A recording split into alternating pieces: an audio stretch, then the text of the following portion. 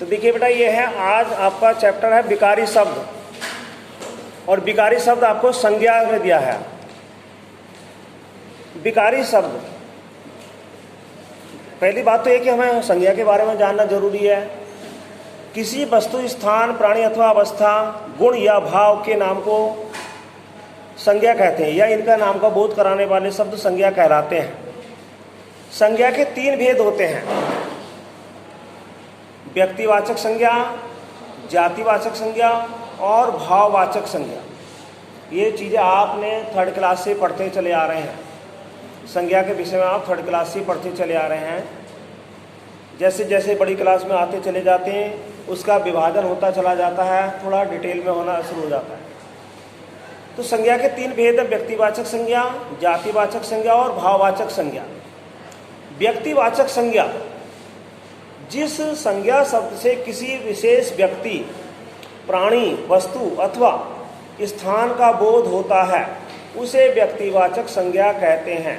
जैसे पटना, गंगा, ताजमहल, हिमालय, यानी जितने भी नेमिंग वर्ड हैं, किसी वस्तु का नाम का बोध कराने वाले, चाहे शहर का नाम हो, सब्जी का नाम हो, नदी का नाम हो, पुस्तक का नाम हो, रामायण है, गीता है, महाभारत है, पर्वत का नाम हो, ये सब क्या होते हैं? व्यक्तिवाचक संज्ञा कहलाते हैं। जितने भी नेमिंग वर्ड्स होते हैं, नाम बताने वाले शब्द, व्यक्तिवाचक संज्ञा कहलाते हैं।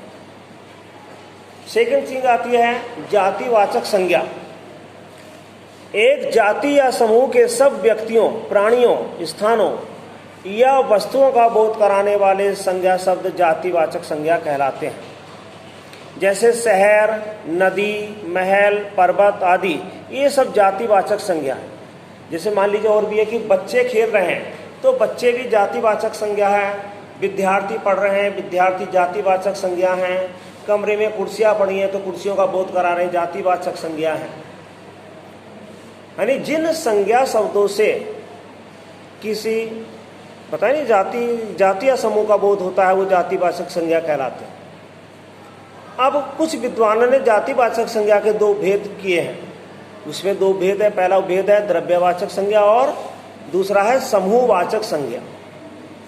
द्रव्यवान जानते हैं, द्रव्य क्या होता है? लिक्विड या पदार्थ, कोई भी सामान है, लोहा, चांदी, सोना, मिट्टी।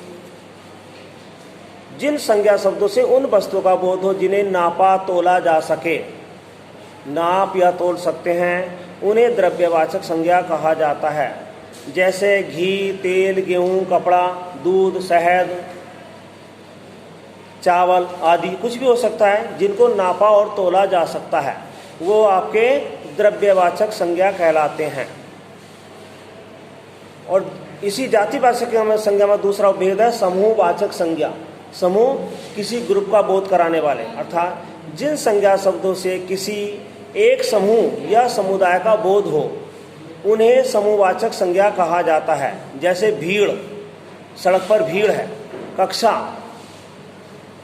सेना। अब देखिए, कक्षा में जब तक बच्चे नहीं होंगे, कक्षा नहीं करेगी कि विद्यार्थी से कक्षा नहीं बनती है। जैसे हमारी कक्षा में 60 विद्यार्थी हैं, तो तभी कक्षा बनेगी। 50 हैं, 30 हैं, 25 हैं, उन्हीं से तो कक्षा बनी। एक विद्यार्थी से कभी कक्षा नहीं बनती है। नेक्स्ट आता है भाववाचक संज्ञा। जो शब्द या जो संज्ञा शब्द गुण, दोष, अवस्था, भाव आदि का बोध कराएं। जो संज्ञा शब्द किसी के गुण, दोष, अवस्था कि बूढ़ा है, जवान है, बच्चा है, भाव, खटास, मिठास आदि का बोध कराएं, उन्हें भाववाचक संज्ञा कहते हैं। जैसे बुढ़ापा, बुढ़ापा का बोध हो रहा है कि बुजुर्ग आदमी है। बचपन का बोध हो रहा है। मिठास, चीनी में मिठास है, गन्ने में मिठास है, मिठास होगा। सुंदरता, फूल की सुंदरता देख कर क्या भाव होता है? मन में सुंदरता का भाव जागृत होता है। तो ये भाववाचक संज्ञा के उदाहरण हैं। फीलिंग्स जो होती हैं, भाववाचक संज्ञा।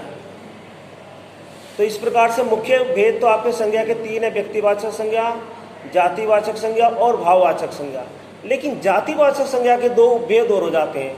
अभी बताइए आपको, द्रव्यवाचक संज्ञा और समूहवाचक संज्ञा। द्रव्यवाचक संज्ञा में वो चीज़ आती है जिसे नाप और तोल सकते हैं, और समूहवाचक संज्ञा में वो चीज़ आती है जो किसी समुदाय का या समूह का बोध कराती है। तो इस प्रकार से आपके